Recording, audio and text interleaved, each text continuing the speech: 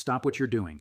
Put down your coffee, close the other tabs, lock the door, because what I am about to tell you is going to change the way you look at the world forever. We have spent years, decades being called conspiracy theorists. We have been laughed at by the mainstream media. We have been mocked by the bankers in their thousand suits. We have been told that silver is a pet rock, that gold is a barbarous relic, and that the Federal Reserve has everything under control. They told us that the price of silver is determined by supply and demand. They told us that the markets are free, fair, and transparent. And they told us that the elites, the people who run this world, the people who fly on private jets to islands you can't find on a map, don't care about precious metals. Ladies and gentlemen, Asian guy here, they lied, and today we have the receipts. We don't just have a theory anymore. We have the smoking gun. And it didn't come from a whistleblower. It didn't come from a leaked government report. It came from the grave. It is Wednesday, February 11th, 2026. And while the world is distracted by the chaos in the Middle East, or the price of oil, or the latest celebrity scandal, a document dump has just hit the dark web that is sending shockwaves through the highest levels of the financial system. We are talking about the Epstein files, but not the files you're thinking of. Everyone is focused on the flight logs. Everyone wants to know which politicians went to the island. Everyone wants to know who is compromised. And yes, that is important. That is justice. But there's another story buried in those terabytes of data, a story that the financial media is terrified to touch, because it turns out Jeffrey Epstein and Ghislaine Maxwell weren't just running a blackmail operation. They were running a hedge fund. They were managing money for some of the wealthiest, most powerful, and most corrupt people on the planet. And when you look at what they were buying, when you look at what they were actually doing with that blood money, it paints a picture that confirms everything we have ever said about the silver market. We have uncovered a series of emails between Jeffrey Epstein, Ghislaine Maxwell, and a Heil French banker identified only as Bernard. Now, Bernard is a common name, but in the context of global finance and in the context of Epstein's circle, we have our suspicions about who this might be, but let's focus on the content. These emails date back to the early 2010s, right after the 2008 crash, right when silver hit $50 the last time. And they reveal a level of sophistication, a level of market knowledge, and a level of cynicism that is truly breathtaking. In one email dated November to 2011, Bernard is advising Epstein on portfolio allocation. This is the smart money talking to the smart money in private. No cameras, no CNBC interviews, just the raw truth. And what does Bernard say? Does he tell Epstein to buy treasury bonds? Does he tell him to buy the S&P 500? Does he tell him to trust the US dollar? No, he tells him to buy silver. Listen to these words. Burn them into your brain. Bernard writes to Epstein, "I'm fully convinced that a squeeze is possible if one can take delivery of 100% of the futures contract." Let me repeat that. A squeeze is possible if one can take delivery. They knew 15 years ago they knew. They looked at the comics.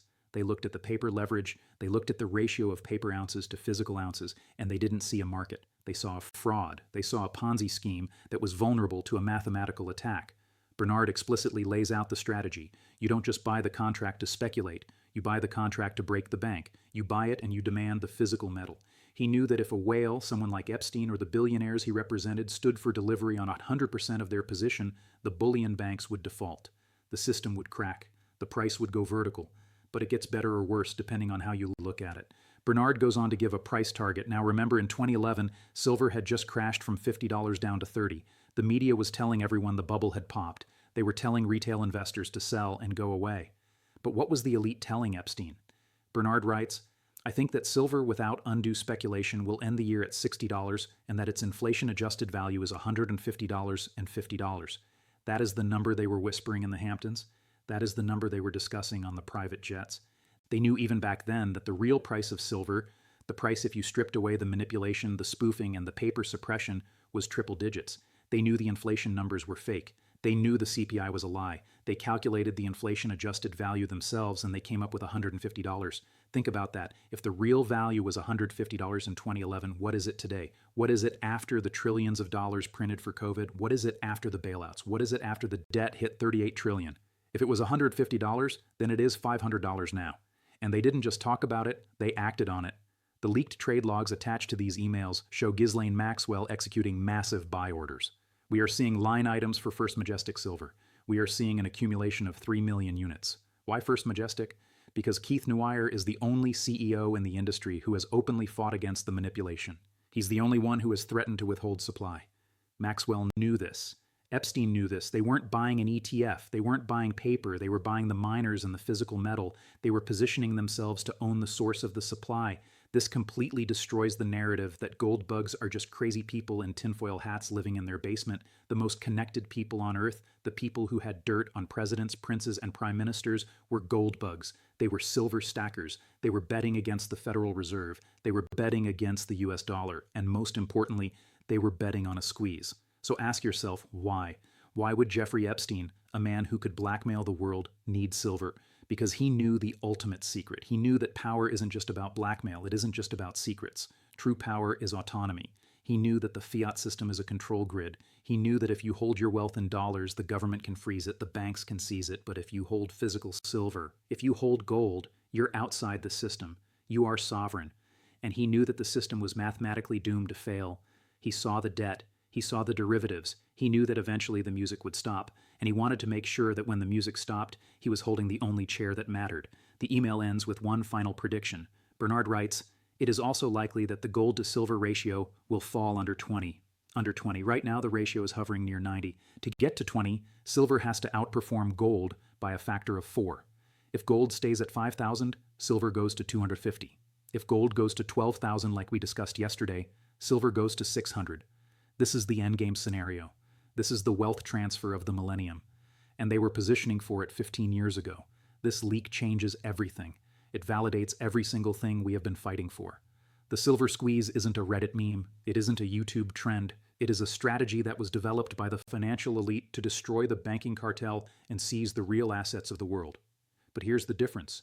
Epstein and Maxwell wanted to do it to enrich themselves. They wanted to be the kings of the ashes. We want to do it to free ourselves. We want to do it to protect our families. But here is the terrifying part. If they knew this in 2011 and they were buying, where did the metal go? Where are those 3 million shares of First Majestic? Where are the physical bars they took delivery of? They are gone. Hidden in trusts, buried in vaults in the Virgin Islands. They front-ran us, but they were too early. They predicted the squeeze, but they didn't account for the sheer power of the manipulation machine to keep the price down for another decade. But now the machine is broken. Now the supply is actually gone. The thesis that Bernard wrote in that email, the thesis that a squeeze happens when you take 100% delivery, is finally coming true. But it's not Epstein taking delivery, it's China, it's India, it's you. And that brings us to the breaking news of the day. Because while we are reading history in these emails, the future is slamming the door in our faces. The squeeze that Bernard predicted is happening right now. And the response from the establishment is exactly what you would expect. They aren't defaulting. They aren't admitting defeat. They are changing the rules. They're locking the doors. If you thought the manipulation was bad when they were spoofing the price, wait until you see what they do when they simply ban you from buying. We need to go to Shanghai. We need to talk about the order that just came down from the Communist Party. Because what Epstein predicted, the inability to get metal, just became official government policy in the largest silver market on Earth. But while the ghosts of the past are whispering about a squeeze and leaked emails, the reality of the present is screaming it from the rooftops in Shanghai. The elites like Epstein and Maxwell were positioning themselves years ago because they knew the math would eventually break. They knew that a day would come when the physical metal would simply run out. They knew that the paper market, the comics, the LBMA, the futures exchanges, was writing checks it could not cash. And today, on Wednesday, February 11th, 2026, that check just bounced. We need to shift our gaze from the Caribbean to the East China Sea. We need to look at the Shanghai Futures Exchange, the beating heart of the global physical silver market, because while you were sleeping, the Chinese Communist Party issued a directive that effectively ends the free market for silver in the world's second largest economy. This isn't a rumor. This isn't a leak. This is an official rule change that was just posted to the exchange's website, buried in technical jargon that most analysts are too lazy to read, but we read it, and the implications are terrifying. Starting on the last day of this month, February 28th, the Shanghai Futures Exchange has implemented a new allocation policy for silver delivery. The rule is draconian in its simplicity. It states that any market participant who does not hold a specific government-approved hedging quota for the near delivery month will receive 0 lots in the delivery allocation. Let me be crystal clear about what those two words mean. 0 lots. It doesn't say reduced allocation. It doesn't say delayed delivery. It says 0. This means that if you are a speculator, you get nothing. If you are a family office trying to protect your wealth, you get nothing. If you are a private investor who bought a futures contract thinking you could stand for delivery and take the metal home, you get nothing. You will be forced to settle in cash. You will be forced to take paper yuan, which is being printed by the trillions instead of the silver you paid for.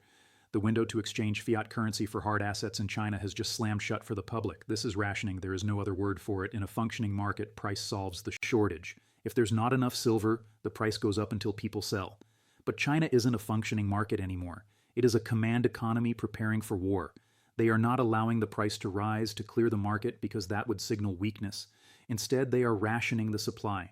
They are reserving every single ounce of physical silver exclusively for the industrial giants, the solar panel manufacturers, the missile defense contractors, the electric vehicle companies. These are the entities with hedging quotas. These are the entities that the state deems critical. Everyone else, you are deemed non-essential. Your wealth preservation is not a priority for Beijing. Think about the signal this sends to the rest of the world. The Shanghai Futures Exchange is the most liquid physical market on the planet. Historically, it has been the place where metal actually moves.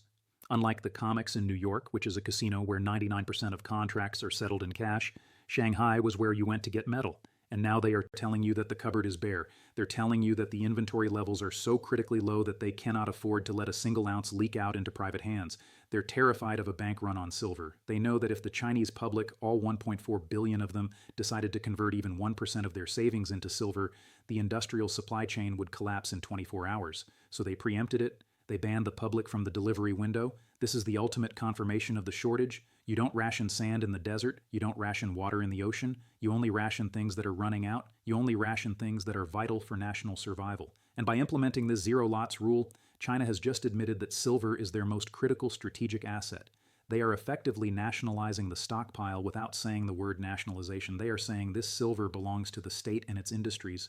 Hands off. Now imagine you are a wealthy individual in Shanghai right now.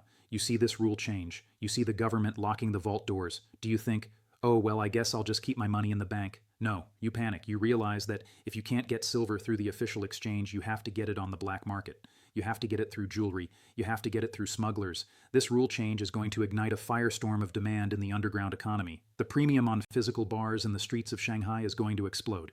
We are already hearing reports of premiums hitting 50% over the spot price in the shadow market, because when the government says you can't have it, everyone suddenly wants it. And what happens when this news filters out to the West? What happens when the traders in London and New York realize that the world's factory is out of raw material? It means that China is going to stop exporting finished silver products. It means they are going to start importing even more aggressively. It means they are going to suck the global supply chain dry to feed their protected industries. The vacuum we talked about yesterday, the arbitrage draining the West, just got a turbocharger. China isn't just buying for profit anymore. They are buying for survival. This is the squeeze that Epstein's banker predicted. But it doesn't look like a vertical line on a chart yet. It looks like a closed door. It looks like a force majeure notice. It looks like a zero lots allocation statement. This is how a market dies. The price on the screen might still say $72 or $80, but that price is for a phantom product. It is the price of a picture of silver. If you want the real thing in Shanghai today, you cannot get it. The price is effectively infinity for the public. And while China is locking down its borders and rationing its supply, another giant has woken up. While Beijing is playing defense, another Asian superpower is playing offense. They aren't rationing. They are gorging. They are buying so much silver that they are single-handedly rewriting the supply-demand balance of the planet. We need to look south. We need to talk about India. We need to talk about the 13.5 million ounces that just vanished into the subcontinent.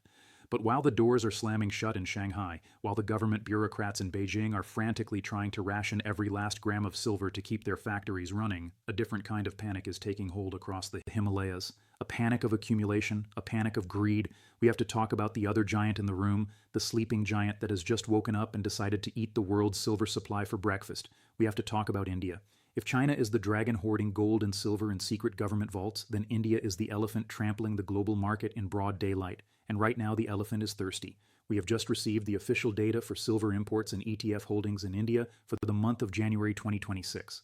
And the numbers are not just big, they are not just bullish, they are system breaking. They are the kind of numbers that make mathematical models explode. In just the first 31 days of this year, Indian silver ETFs, the investment vehicles used by the middle class and the wealthy alike to store value, added a staggering 13.5 million ounces of physical silver to their vaults. 13.5 million. Let that sink in. That is roughly 420 tons of metal in 1 month, in one country. And remember, this is just the ETFs. This doesn't even count the jewelry market, the silverware market, or the massive underground cash market that operates in the bazaars of Mumbai and Delhi. This is purely the financial demand. But you cannot look at January in isolation. You have to look at the trend. You have to look at the momentum, because this wasn't a one-off event. This wasn't a fluke. This came directly on the heels of a record-breaking December in 2025, where Indian investors added 23 million ounces to their stockpiles. 23 million, do the math with me. 23 plus 13.5, that is 36.5 million ounces of silver removed from the global market in just 60 days. 36.5 million. Do you understand the scale of that drain? Global silver mining production, the actual amount we dig out of the ground is roughly 800 million ounces a year. That means in just 2 months, Indian investors alone consumed nearly 5% of the entire world's annual mining supply. Just the investors, just the ETFs. If you annualize that rate, if they keep buying at this pace for the rest of 2026, India alone would consume 220 million ounces of investment silver. That is more than a quarter of the planet's supply, and that leaves exactly 0 ounces for the rest of us. 0 for Tesla, 0 for Apple, 0 for Samsung, 0 for the US Mint, 0 for you. Why is this happening? Why is India suddenly buying silver like it is going out of style? Because they are smarter than we are. Because they understand history. In the West, we look at the price of silver dropping to $72 or $80 and we get scared. We sell. We think something is wrong. In India, they look at the price drop and they see a gift. They see a sale. They have a cultural memory of currency collapse. They know that paper rupees, paper dollars, paper anything eventually returns to its intrinsic value, 0. But silver is Lakshmi. Silver is wealth, silver is eternal. And right now the Indian economy is booming. They are building solar farms at a rate that rivals China. They are building electronics factories to replace the ones leaving Shanghai. They need the industrial silver. But more importantly, the new middle class in India, hundreds of millions of people, are waking up to the global fiat crisis.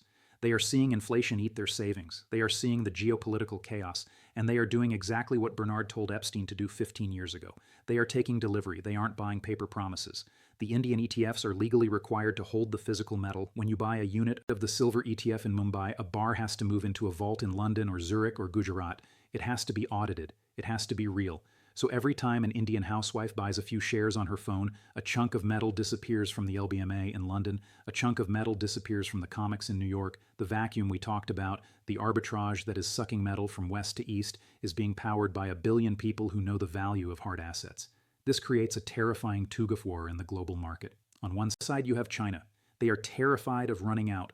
They are rationing. They are implementing 0 lots rules. They are locking the doors to keep their silver inside. On the other side, you have India. They are terrified of missing out. They are hoarding. They are buying 13.5 million ounces a month. They are kicking the doors down to get more silver inside. And in the middle is the conch. In the middle is the US dollar. In the middle is the price mechanism that says silver is worth $72. This mechanism cannot survive this pressure. You cannot have the 2 largest populations on Earth fighting over a finite resource. While the paper price says it is abundant, something has to break. The COMEX cannot supply both the Chinese factories and the Indian investors. The math doesn't work. The vaults in London, which supply both markets, are being drained from both ends. China is taking the industrial bars, India is taking the investment bars, and the West is left holding the empty bag.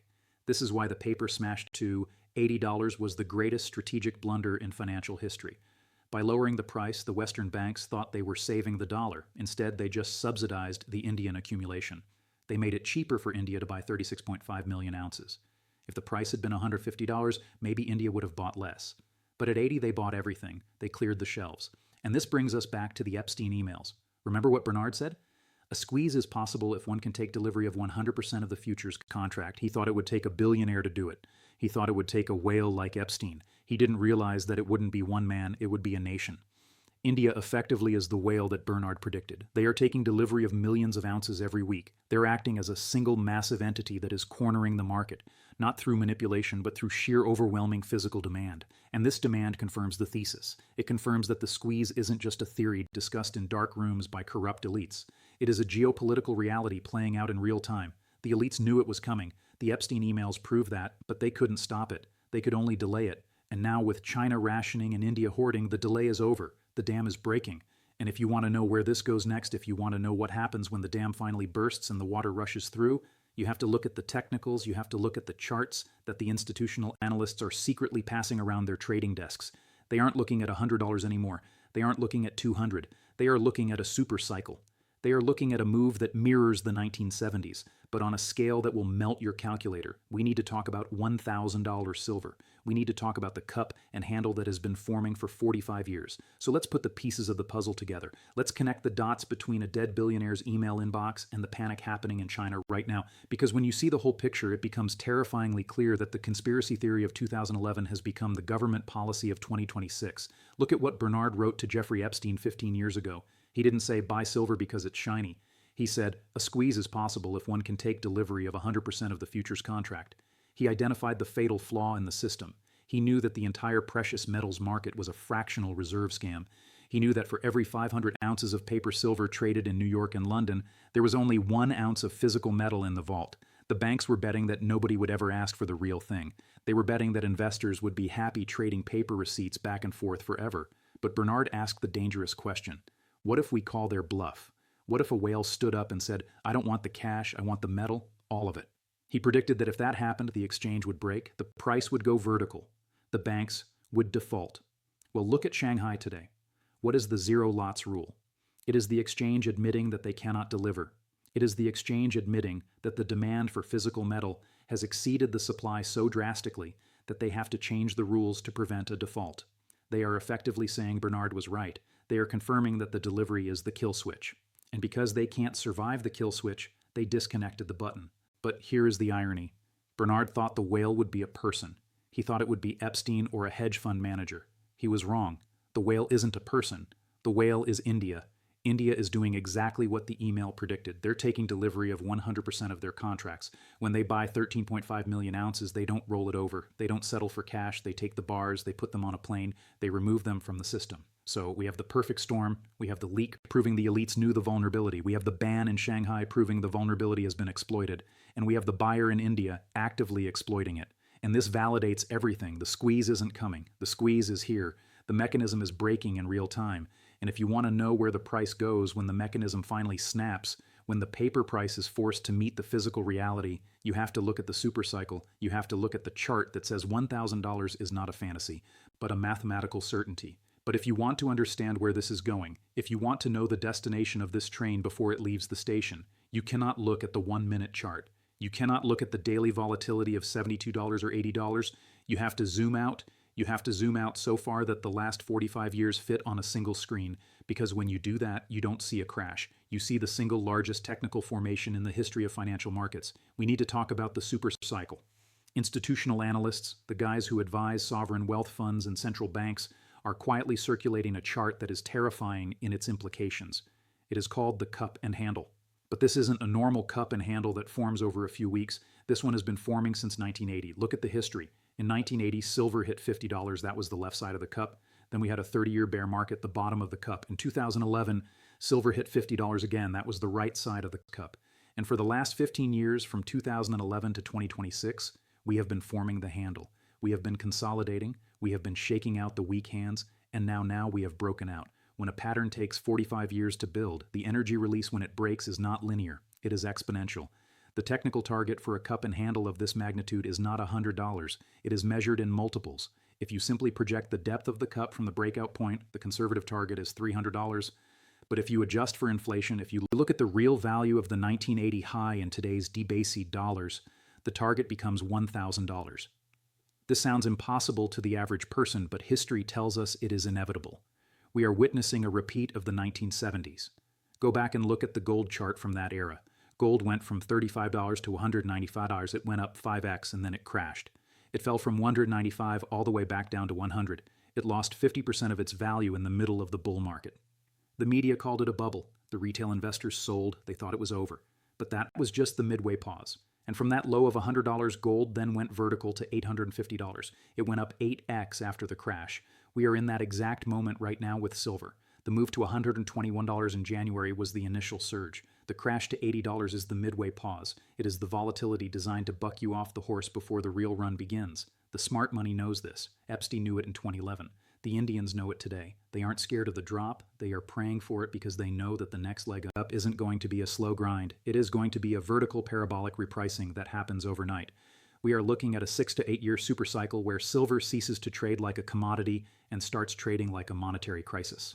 When the zero delivery reality in Shanghai meets the unlimited demand in India, the price mechanism will snap. We will wake up one morning and the price will be $200, then $400, then $1,000. This is the math of a broken system finding equilibrium. The chart is screaming it, the fundamentals are screaming it, and the elites have been positioning for it for a decade. So the question is not will it happen? The question is will you be holding the bag of fiat or the bag of metal? We have one final warning. We need to give you the verdict on what you need to do today, because if Shanghai is closed, New York is next. So here's the verdict. We have peeled back the layers of this global financial onion, and what we found at the center is a market that is not just broken. It is closed for business. We started with the ghosts of the past, Jeffrey Epstein and Ghislaine Maxwell, and the leaked emails that proved the elites knew the game was rigged 15 years ago. They knew the real value of silver was $150 back then, and they were positioning for a squeeze that would break the banks. We moved to the present reality in Shanghai, where the zero lots rule has officially banned the public from taking delivery. The second largest economy on earth has just told its citizens the metal is for the state, not for you.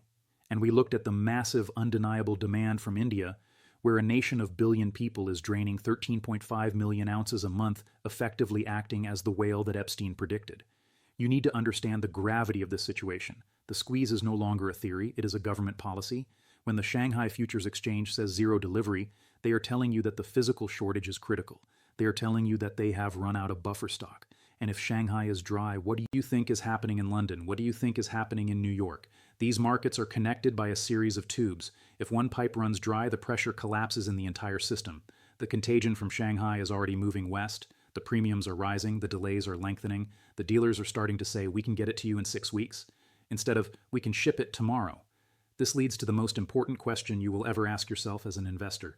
If you cannot get delivery in Shanghai today, how long until you cannot get delivery in New York? How long until the COMEX declares force majeure? How long until the bullion dealers put up a sold-out sign on their websites?